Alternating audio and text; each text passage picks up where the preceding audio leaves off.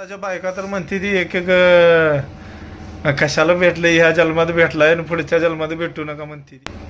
आम्ही नाही म्हणत, म्हणणारी म्हणते ती. तुमच्यासारखा दारुडा असल्या म्हणणारच. यू बाबू मी दरोडा येतो ही कधी झालं अजून चालू. आपल्या पोटाला लागतंय भरपूर.